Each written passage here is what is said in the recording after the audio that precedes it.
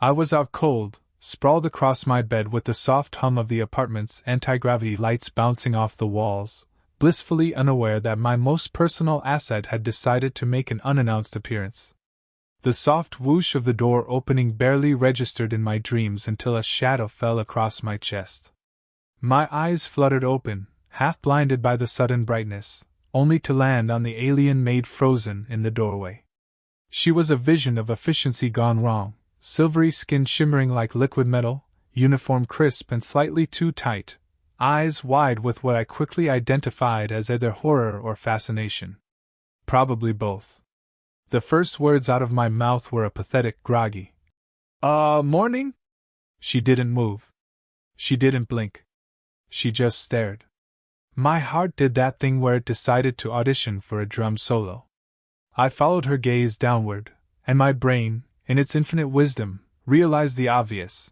My tool was doing its own version of a morning salute, erect and proud, completely unconcerned about alien etiquette. Oh, that, I mumbled, slapping a hand over it like a kid caught in the candy aisle. Not what it looks. Well, actually, it is exactly what it looks like, but My words faltered as she let out a tiny, almost musical squeak, flinching backward as if I had grown another head overnight. Her tentacle-like fingers twitched slightly, one hovering over a floating cleaning orb that immediately started whirring nervously, perhaps sensing the tension. Internally, she was spiraling. Her species had rules about human anatomy that no human manual could ever translate. To her, this was either a mortal threat or an intimate betrayal. She had secretly harbored feelings for me, watching from the shadows as I stumbled through my human chaos.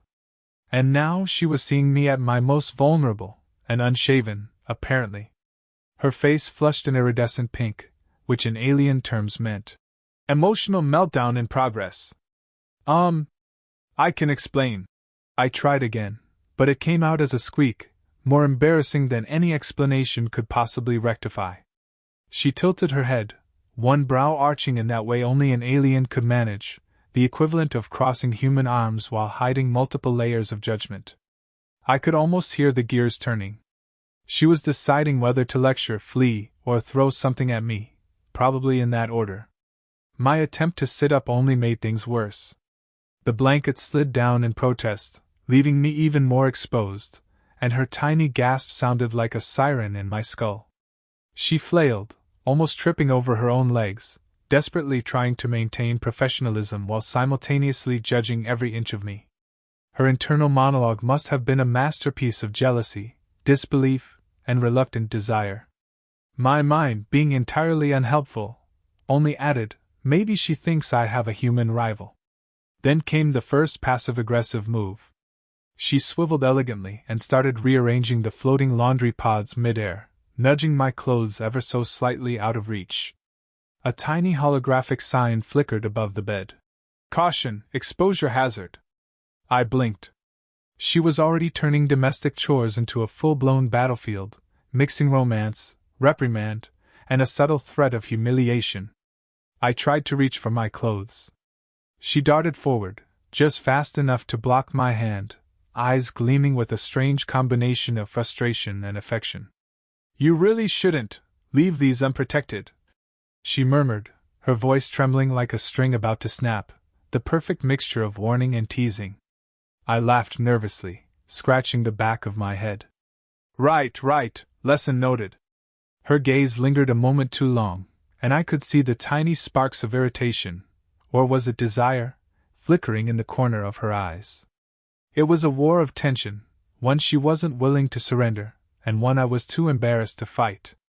For the first time, the apartment felt like a live wire, charged with awkward sexual electricity, floating gadgets trembling as if even the furniture was nervous. By the time she stepped back, I was lying there, half-covered, hard-hammering, and completely aware that our dynamic had changed. She had not moved my tool, she had not left, and she had made her intentions, or at least her feelings, abundantly clear through a single, humiliating, and hilarious interaction. I couldn't decide if I was doomed or delighted. Probably both.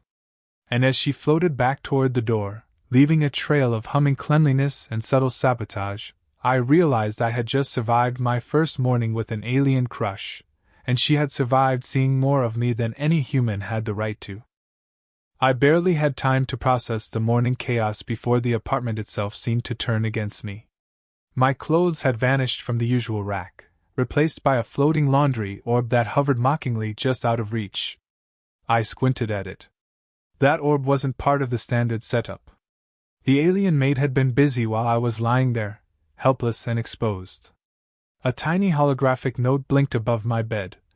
"Next time, consider covering your assets." I groaned. She was already starting her passive-aggressive campaign, and I was completely unarmed. I moved toward the kitchen, hoping to find some semblance of normalcy, a coffee, a snack, anything. As soon as my bare feet touched the floor, a spray of scented mist erupted from the cleaning units, drenching the area around me. The mist smelled like something between lavender and burning electronics, which I guessed was alien efficiency meets judgment. The orb hummed at my ankles like it had developed a personality. I stumbled back, nearly hitting the counter, and muttered, "Really? First thing in the morning?" From the shadows, she observed with those wide, iridescent eyes, pretending to be calm. Her thoughts, however, betrayed her. How dare he be so exposed and oblivious? He could belong to someone else, and yet here he is, practically inviting me to. She shook her head, almost violently, as if to expel the thought, and then smirked ever so slightly. That smirk was trouble. I tried to reclaim some dignity by grabbing a towel, only for it to float up like it had a mind of its own, spinning around me teasingly. "Seriously?" I muttered, trying to sound nonchalant. The alien maid floated closer, casually tapping her fingers on a gadget that projected holographic warnings. "Prolonged exposure may cause embarrassment, confusion, or unexpected romantic entanglement." I coughed. The orb whirred in agreement. She stepped closer, and her voice dropped just enough to flirt without being obvious.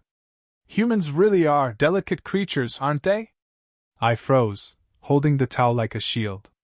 Her hand brushed against another floating orb, which immediately zipped toward my feet, causing another mishap and a barely controlled stumble. "Delicate?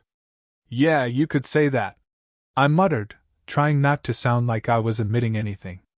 The sabotage escalated. Floating utensils, cleaning sprays, and semi-sentient mop drones seemed to orchestrate a symphony of humiliation around me. Every time I bent to retrieve an item, one of her subtle tricks would trigger. A holographic chart displaying human anatomy improvements flashed across the room, a cooling gel spray would randomly target me, or the laundry orb would spin just fast enough to knock something off balance. The absurdity of it was overwhelming. I laughed nervously, muttering darkly, "Why does she have to be this efficient and cruel?" She hovered behind the chaos, watching my reactions like a cat toying with a mouse. Her own internal struggle was visible in the small details. A twitch of her tail-like appendage, a flicker in her glowing skin, the way her eyes softened when I cursed under my breath. I realized she wasn't just sabotaging me, she was jealous. My tool, my obliviousness, my human clumsiness, it all fascinated and infuriated her in equal measure. When I finally stopped to catch my breath, she drifted closer, deliberately placing a small, vibrating cleaning device on my bed. "You really should learn boundaries," she said, voice teasing, layered with admonishment. I tried to grin, hold some control, and respond with humor. "Boundaries, right? But some of us are naturally flexible." The double meaning hung in the air, and I saw the tiniest blush, or whatever the alien equivalent of that was, crawl across her metallic skin. By the time she retreated to her station, leaving the apartment in a barely organized chaos, I was exhausted, partially soaked, and fully aware of the growing sexual tension.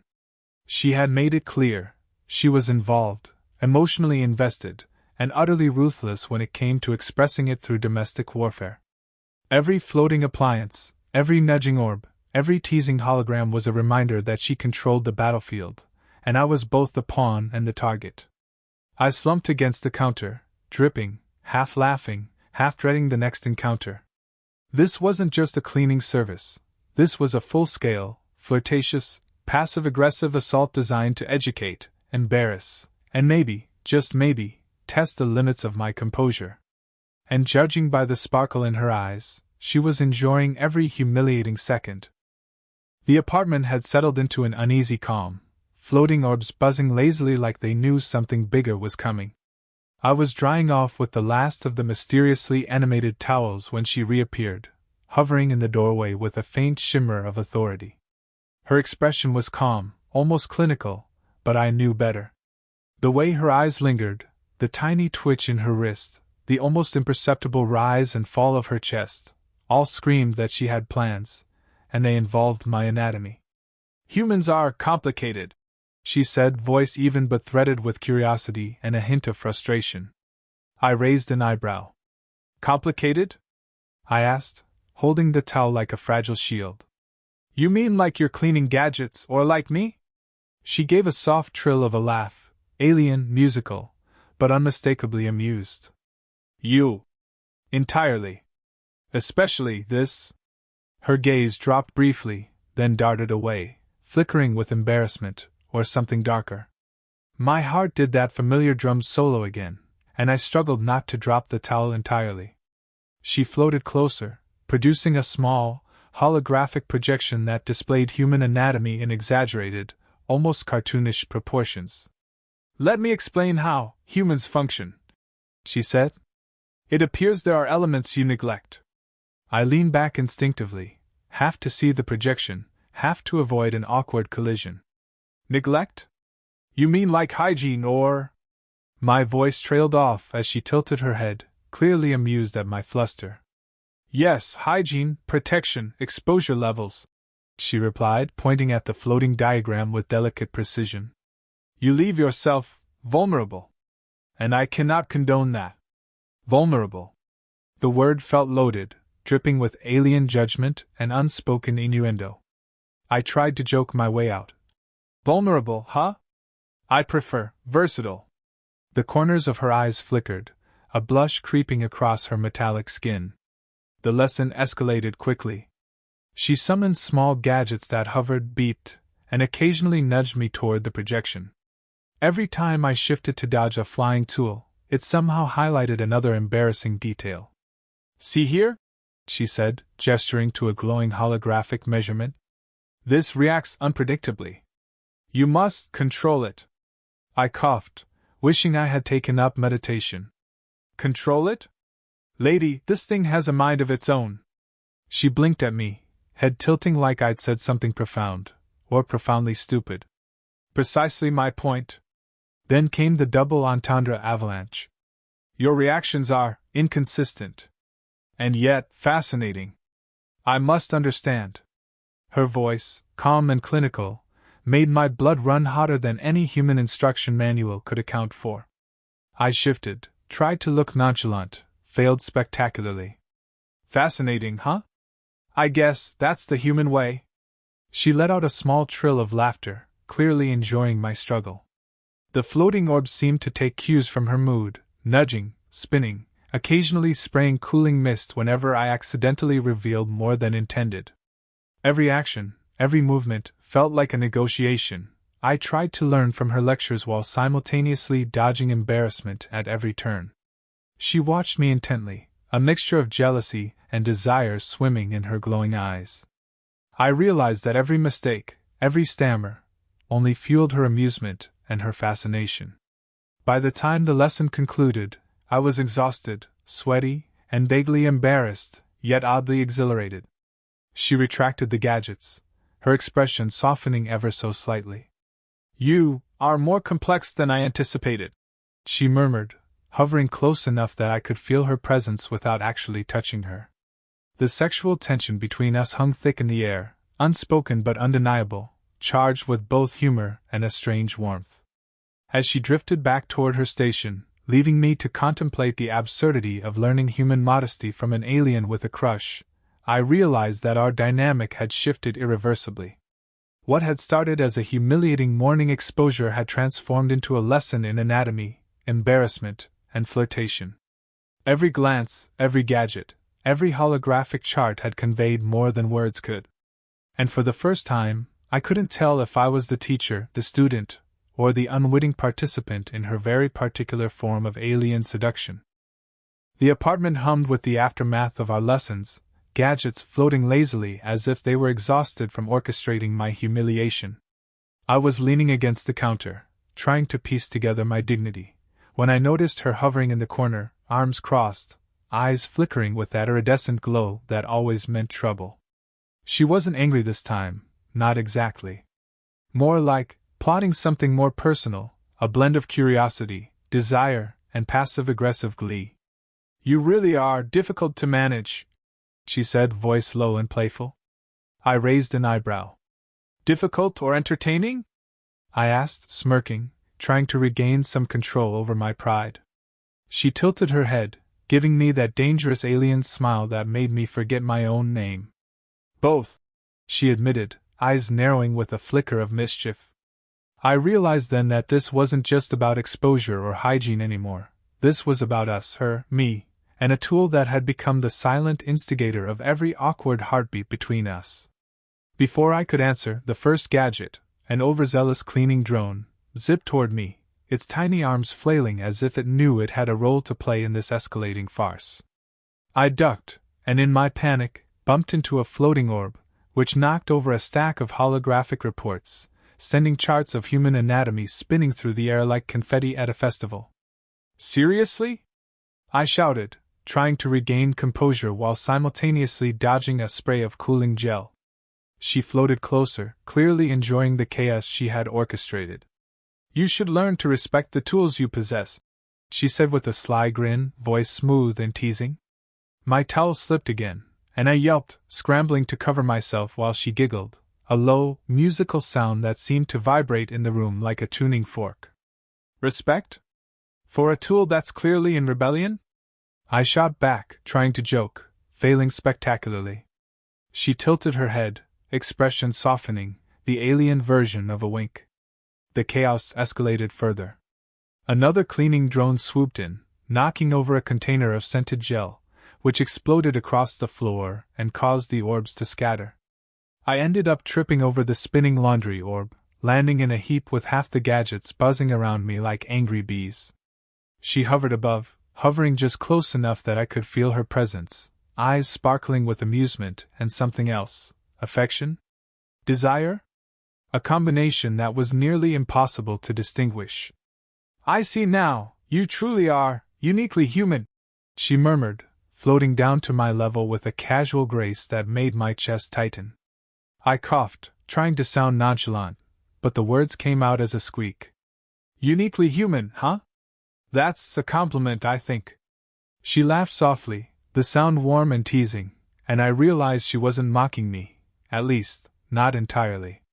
She was flirting, critiquing, and educating all at once, wrapping our bizarre morning in layers of tension I couldn't untangle.